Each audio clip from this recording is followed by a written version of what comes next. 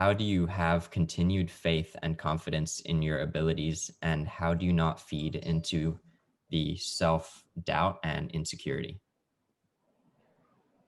Well, I mean, I never said that I don't have insecurities or self doubt, but I believe that if you train hard enough, if you really do put your mind, body, and soul into it and live every day as if this was going to be the last time you're playing football, and you focus on the quality of your practice sessions, of your games, then sooner or later you're going to make it. I So, agree yeah, with that's that. what I think. Um, Definitely. I'd say every player has some insecurities or doubts. I don't think there's anybody that doesn't. Hmm. But it's like you said, it's those players who are able to overcome that are kind of able to make it to where they are. For sure, I get nervous and I have insecurities all the time and doubts and thinking like, do I really belong here? I mean, I didn't think I'd ever make a national team, either the U.S. or the Taiwan. Like it was never in my mind until I got a chance. And it's just like once you get there, you're just like, oh my gosh, all these players are just so good, and how can I ever like compare to this? But I think it's like you said, Shalika, kind of believing in what you've practiced and the work that you've put in, and Hmm. eventually, as long as you stick to what you know and don't try to be somebody that you're not, whether it be you think you're a dribbler or you try to like take on too much, just stick to your game plan and play simple until you feel more confident. I think that's what really helps in any situation. Sure. Um, here's a question specifically posed to you, Nudi. And I think from what you stated before, in terms of uh, the team selection within the World Cup of 2019, could you just talk me a bit through that before? I think you was it that year that you were cut, or It was actually 2015. So, like I said, um, I first started with the national team in 2014, Mhm. when they had just qualified for the 2015 World Cup.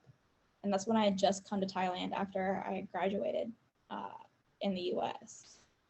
Um, and so I was with the team for that, and I had a lot of trouble with my hamstring.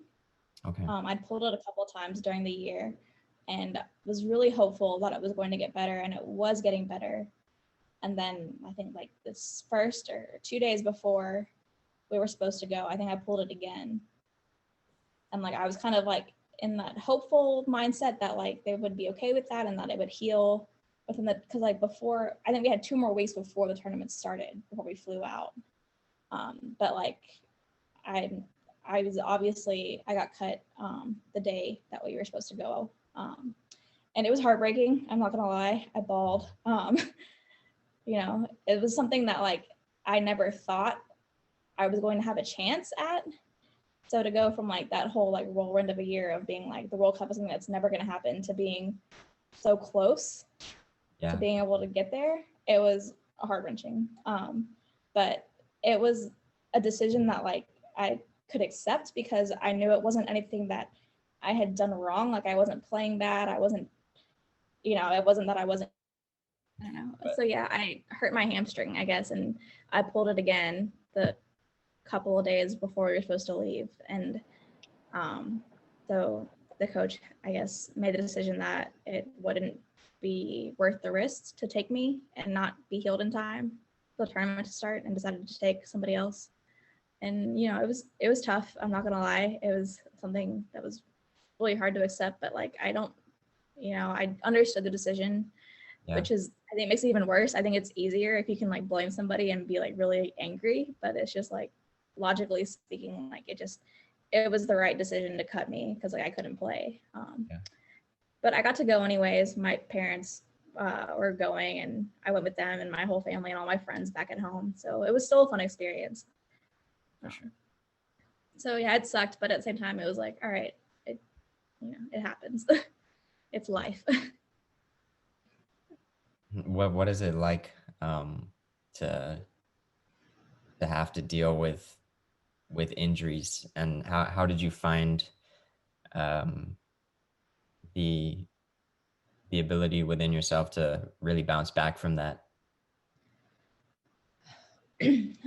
I think it was a good learning moment for me because before then I really hadn't had any big injuries. I'd have some niggles here and there or whatever. Is that a word? Niggles? I don't know.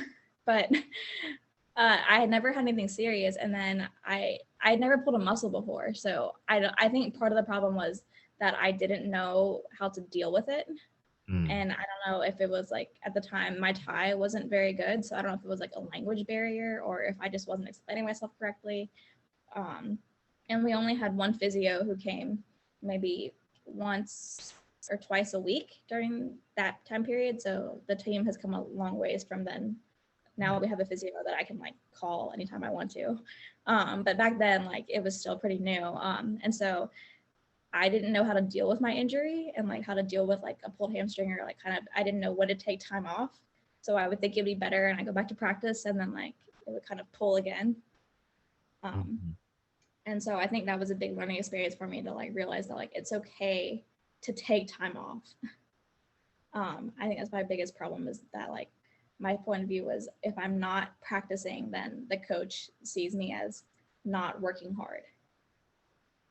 And so I think that was like my biggest problem was that like I didn't want to not practice. And so I like probably knew that I wasn't completely ready to play, but I kept trying to push it.